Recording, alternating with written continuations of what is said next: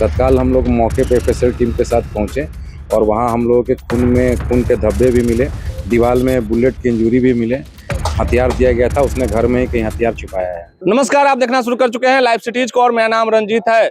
सीतामढ़ी में सुंदरम झा नामक एक युवक को अज्ञात अपराधियों ने गोली मारकर जख्मी कर दिया, जिसके बाद आनन फानन में उसे अस्पताल में भर्ती कराया गया और परिजनों की ओर से एक व्यक्ति को नामजद इसमें किया गया और बताया गया कि वह पुनौरा धाम से दर्शन करने के बाद घर जा रहा था। इसी दौरान बाइक सवार अपाचे सवार अपराधियों ने घटना को अंजाम दिया, जिसमें सुंदरम गंभीर रूप से घायल हो गया और उसे शहर के निजी अस्पताल में भर्ती कराया गया। बता दें कि बदमाशों ने उसके बाएं पैर में 2 गोली मारी, जिसके बाद उसे अस्पताल में भर्ती कराया गया है। लेकिन पुलिस ने महज 2 घंटे के अंदर चौंकाने वाले खुलासे कर दिए हैं, जिसके बाद आप भी सुनेंगे तो दंग रह जाएंगे कि किस तरह से सुंदरम ने अपने ही पैर पर खुद गोली चलवाई और कहानी रच दी। जिसके बाद पुलिस लगातार कार्रवाई करती रही, अनुसंधान करती रही, जिसके बाद चौंकाने वाले खुलासे किए गए हैं। हमारे साथ सीतामढ़ी के सदर डीएसपी राजीव कुमार सिंह है, सीधा उनसे बातचीत करेंगे।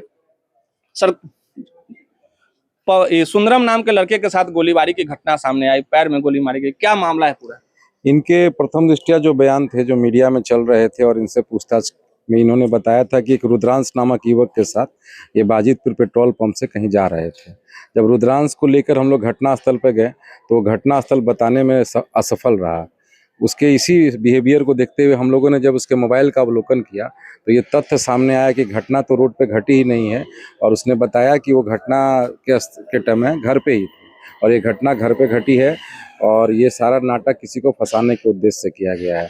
तत्काल हम लोग मौके पे एफएसएल टीम के साथ पहुंचे और वहां हम लोगों के खून के धब्बे भी मिले, जिसे धोने का प्रयास किया गया था। दीवार में बुलेट की इंजरी भी मिले और फिर यह भी तथ्य आया कि घटना के बाद मोहम्मद सड्डू नाम के लड़के को हथियार दिया गया था, उसने घर में ही कहीं हथियार छुपाया है।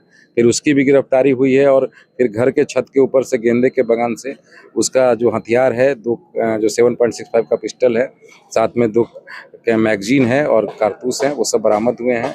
घटनास्थल पे पिलेट भी मिला है हम लोगों को, जिसे विधिवत जब्त किया है और हम लोगों ने उनके परिजन से उनकी मां को भी फिलहाल पूछताछ के लिए हिरासत में लिया है।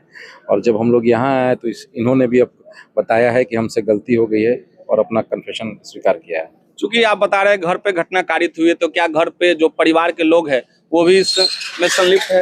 प्रथम दृष्टया जिस तरह घर को धोया गया है, साक्ष्य को मिटाया गया है, इससे इनकार नहीं किया सकता है। हम लोग हर बिंदु से जांच कर रहे हैं कि घटना के समय वो थी कि नहीं। अगर उनकी संलिप्तता आएगी तो उनको भी विधिवत गिरफ्तार किया जाएगा। फिलहाल हम लोगों ने पूछताछ हेतु उन्हें थाने में लिया है।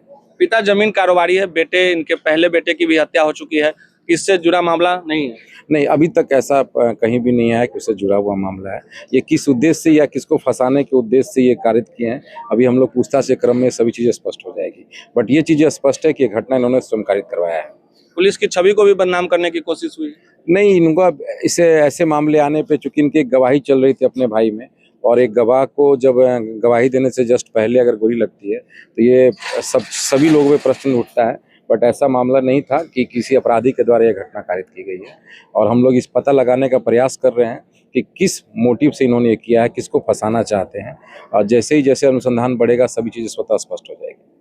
मामला गोली चली है। एक सुंदरम नाम का मरीज आया है लगभग 1 घंटा पहले, जिसके कि बाएं पैर में गोली लगी हुई है और दोनों ही उनका 2 गोली लगी हुई है। दोनों का ही, एक का एंट्री और एग्जिट दोनों के दोनों घुटने के नीचे है और दूसरे का एंट्री और एग्जिट दोनों घुटने के ऊपर है। मरीज स्टेबल है, तो कुछ तरीके का कोई खतरा नहीं है और मरीज को